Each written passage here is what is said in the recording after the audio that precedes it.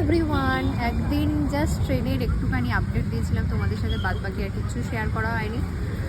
একদিন পুরো স্কিপ করে দিয়েছি কারণ আমি এত এক্সস্টেড ছিলাম এবার ট্রেনের জার্নিটায়।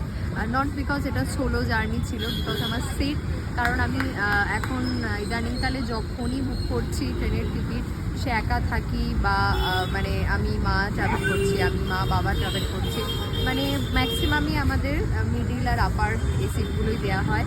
ইভেন মার বারবার এজ দেওয়ার পরেও তারা ওই মিডিল আপারটাই দেয়, আমি জানি না কেন। তো মানে এতটা এক্সস্টেড হয়ে গেছিলাম না ট্রেনে বসে, ওপরে নামতে পারছিলাম না কারণ নিচে মানে বসেছিল সবাই। হয়তো বসলে বললে জায়গা পাওয়া যেত, বাট আমি মানে ঠিকঠাক লাগছিল না আমার নিচে নামা এতবার, আবার ওপরে ওঠা। সো সেই জন্য আর কিচ্ছু মানে আপডেট দেওয়া হয়নি। কালকে এসে আমি পুরো দিন দিদির এখানে বিশ্রাম নিয়েছি, একদম পুরো মানে ঘুমিয়েছি, খেয়েছি, মানে বিকালে উঠে দেন তারপরে